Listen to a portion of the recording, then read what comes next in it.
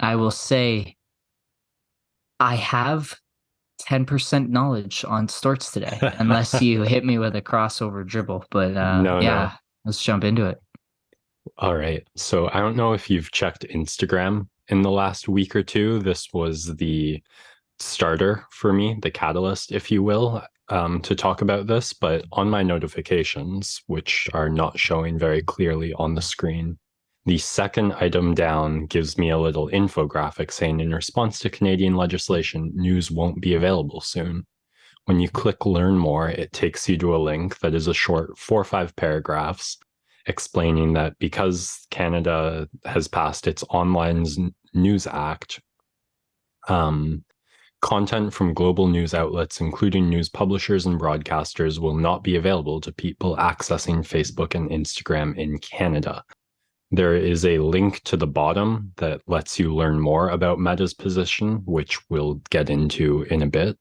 But this was a follow-up update, beginning to make good on a promise or threat, depending how you choose to see it, that Meta made once said Online News Act, also known as Bill C-18, was passed by Canada's House of Commons.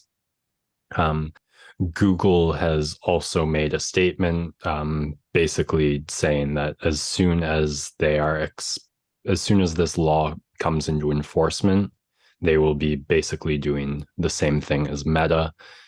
So, I know normally in the Storts I just ramble for 5 to 10 minutes, but I'll try and pace myself a little here and not just go completely off tangent, off topic, and leave out three crucial things.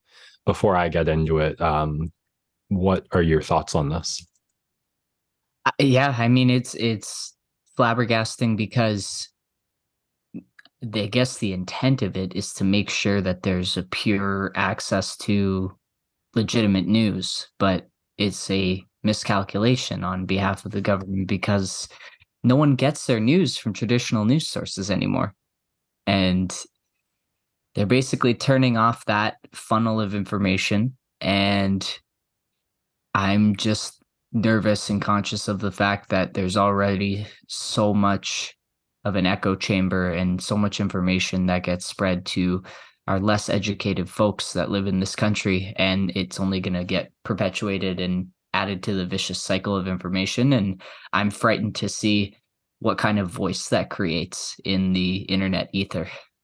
You've hit on something interesting there. Like, it's more US based, but like particularly after the 2016 American election, there was so much talk about like Facebook misinformation. And now I'm curious as to what um, vacuum would be left there, or whether Mhm. the content that we're discussing when we refer to that even would qualify under this bill. Because actually, Canadians will still have access to American news Right. and global news, just no news published by Canada.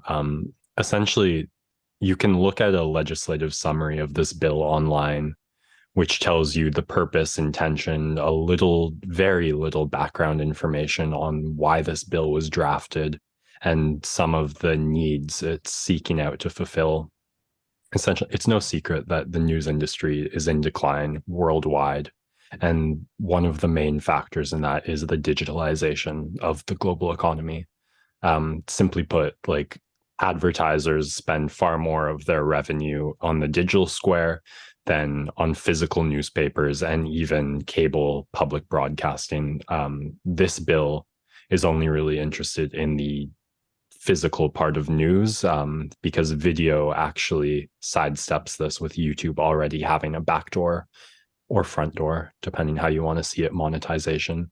But essentially, what the bill puts out is that the news industry in Canada has declined so aggressively, and all of that money has gone to this digital town square. And the bill wants to rebalance that power and advertiser earnings and redirect more of it than is currently being directed back to news companies. So it sets out at the beginning a couple of definitions: a news company being something that operates in Canada and employs two or more journalists. We don't get paid, so we're safe. um, and a digital intermediary as a company which acts as an intermediary and has a massive, massive scale of power. So X, Twitter, whatever we're calling it, doesn't make enough money to be relevant. It's just Google and Meta that are relevant for this bill.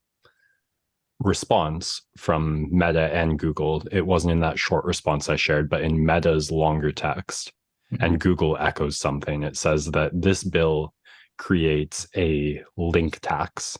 Every time someone clicks on a link, we are going to be forced to pay. This is antithetical to the free market and open flow of information, the era and principles of the internet, of the age that we're supposed to be in. And they basically refer to the bill as unworkable. Google goes on to describe how much interest it has in contributing to local news scenes and lists a couple Mhm. operations it currently is going and saying those operations will cease as their contracts end. It also says it has attempted to give feedback, to find solutions, and is committed to continuing to do that. So I would call Google lukewarm, whereas Meta is just kind of stone cold saying it's kind of funny. They say, like, we don't want to like threaten or like do anything, and then go to describe themselves as creating all this free Mhm. advertising, being these big like beneficiaries of the news business in Canada, and saying like kind of, but we're doing this out of the goodness of our heart, and like we don't have to do this, and if you make it too cumbersome we will simply stop doing it because it was already a burden for us to do anyway. And I guess that's a good segue to the first thing I wanted to point out, which is like really tricky about this. And that's, yes, Google and Meta have a ridiculous amount of advertising monopoly, but like that's because they're ridiculous Leviathan behemoth monopolies in their own right that do everything. Like the advertising budget they take in doesn't actually like just correspond to the advertising budget that was lost from the news. It's video, it's sports, it's Kijiji and marketplace ask it. Like there's so many different facets. It's games, it's memes. One thing that was kind of fun reading through the Facebook thing was like substitute memes for news because you can completely word for word still read it and like the logic would still apply. And that would be like a horrific statement on Meta's part. Um, And then I don't know if you've heard Australia at all Mhm. mentioned in the discourse, because that's where it gets like one fold more interesting, and that Canada isn't the first country to try this. Nope. Australia tried something similar and went through something briefly similar in having the results pulled and news blocked, though the amount of time that it was blocked for in Australia was like 3 days. So I think by whatever extent Meta has already started blocking news, Canada has suffered worse for it. Though I think they've been a bit more targeted in what they choose to block and are trying to avoid the PR nightmares of like blocking information about local wildfires or Amber Alerts that they sort of went through last year, 2 years ago, excuse me. And this is where I start to get more and more confused because there's no one size fits all comprehensive guide I could find all of this information. Oh, like I said, I basically read through the bill and I can't find the part that refers to link taxes. The bill seems to set out conditions for bargaining between what it labels as news entities and the digital intermediaries or operators as it refers to them. And that's more or less exactly what happened in Australia. Australia set out that this bargaining had to happen. Google said, okay. Meta said no. Google made its bargains. Australia pulled stuff. Some negotiations happened, and finer details on the bill were tweaked. And then Meta began bargaining, which brings me to the last thing on Meta's statement or extended statement. It is kind of a funny start. It's at the bottom of the link. If anyone clicks on the Instagram thing, um, here's how the bills or the Meta statement starts. Meta's president of global affairs has been due to speak later today at a hearing of Canada's Heritage Committee entitled Responsive Companies and Information Technology Sector to Bill C-18. This was an opportunity to present and discuss Meta's position in relation to Canada's Bill C-18. Late on Thursday, the committee notified Meta that the title of the hearing had changed to Tech Giants' Current and Ongoing Use of Intimidation and Subversion Tactics to Evade Regulation in Canada and Across the World. Clearly, it would be a very difficult hearing to the one we were invited to. As such, we will no longer be attending the hearing. Um, so this is where I want to circle back to the thing about like, we're not being intimidating or what was the term? Subversive. And then in like the third paragraph of the letter that was going to be read, they say news publishers do find our services valuable. We estimate that Facebook sends registered news in Canada to more than 1.9 billion clicks in the 12 months to April 2020. This amounts to free marketing worth 230 million.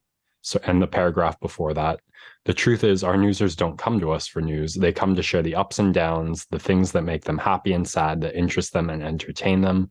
Links to news stories are a tiny proportion of that, less than 3% of the content they see in their Facebook feed. So I just love how they open this letter saying like, we didn't want to come because you were referring to us as like intimidating and subversive, and then proceed to immediately like start making threats and being subversive. Like, okay, fine, we'll pull this thing we're doing. The thing that I wanted to get to though is like several almost towards the end, they say, I've heard a lot about this debate and how this legislation is replicating what Australia has done. First, the Australian code doesn't apply to Meta because we haven't been designated by the treasurer there. If we do end up being designated and forced to pay publishers, we will be facing the same difficult choice. And then just to go on about the link taxes. But more significantly, this legislation would make Canada the first democracy to put a price on free links to web pages, yada, yada. The thing where this really threw me and confused me, put me in the deep end and feel like I'm not entirely sure what I'm talking about, is I can pull up 7 different stories about Meta negotiating with news publishers in Australia, which is more or less exactly what was supposed to happen here. Yeah, so from what I understand, and this is going to be a first ever on this segment, I have the Canadian government as terribly stupid and Meta and Google as stupidly terrible. There So you you got go. crossover action here. Canada's endgame, or the government's endgame here, is to put more money back in the pockets of their news. But the difference between Canada and Australia is the majority of news in Canada is funded by the government, Yeah, there's a whole nother debate particularly on whether CBC. Yeah. CBC should be entitled to any money from this, but we'll bracket that. Yeah, that's its own thing. And the difference here with Australia is their end game, at least the government's perspective, was to make money, but they are more beholden to the privatized news companies that operate in that country. So what happened is when Meta and Google faced these same restrictions, they cut out the government and brought the privatized companies to the table, and they agreed on a payout there so that they could continue operating same as normal. But these news companies now do get a cut. They have that extra funding. And so the government gets a win, news gets a win, and Meta and Google obviously lose a bit of money, but they get the win of being able to keep news in their feeds and getting that greater attention span from their users. And it's such a crazy thing that Canada didn't see that and follow in the footsteps. And again, the difference is the key news corporations, or at least the key one, CBC, is funded by the government. And I don't know what the misconnection is in that sense, but yeah, it's just poor decision making. I mean, ratified by the entire House of Commons. So they obviously think they're doing the right thing. I am very worried about what this could spiral into in terms of the user base that's going to miss out on legitimate news. Yeah, and it it feels half-hearted. It feels like there was this surprise Pikachu face that the entire liberal government put on when Meta and Google did and have started doing exactly what they've said they will do throughout this entire process. It seems like this was rubber stamped a little. And the last thing I wanted to touch on, thanks for reminding me, is much like Australia, it is the big news corporations in Canada, the biggest shares of nationwide traffic who are lobbying and pushing and have been a big factor in the drafting, the motivation, and moving forward of this bill. Um, those news industries are without a doubt hurting and part of the groups doing layoffs. But the part that makes your heart wrench when you talk about it is the more ma and pop local news industry, the town paper, which like simply can't afford to employ 4 or 5 writers, a crossword, a deal with a printer, the local route. Like these are the news industries that have really been gutted by the internet just because 30 years ago, if you wanted the news and you lived in these towns, you had no other choice but to subscribe to these papers. And today, there is a whole digital ecosystem accessible to you. This bill does really little and less to nothing for those smaller, more local parts of the news business, which I think have been hurt the most over the last 30 years. But I completely agree with you about the stupid on the government's end and the terrible on the monopolistic tech giants using intimidation and subversion to intimidate Canada and try and make an example for the rest of the globe. So now that you've come to the sports podcast for news on news, stay for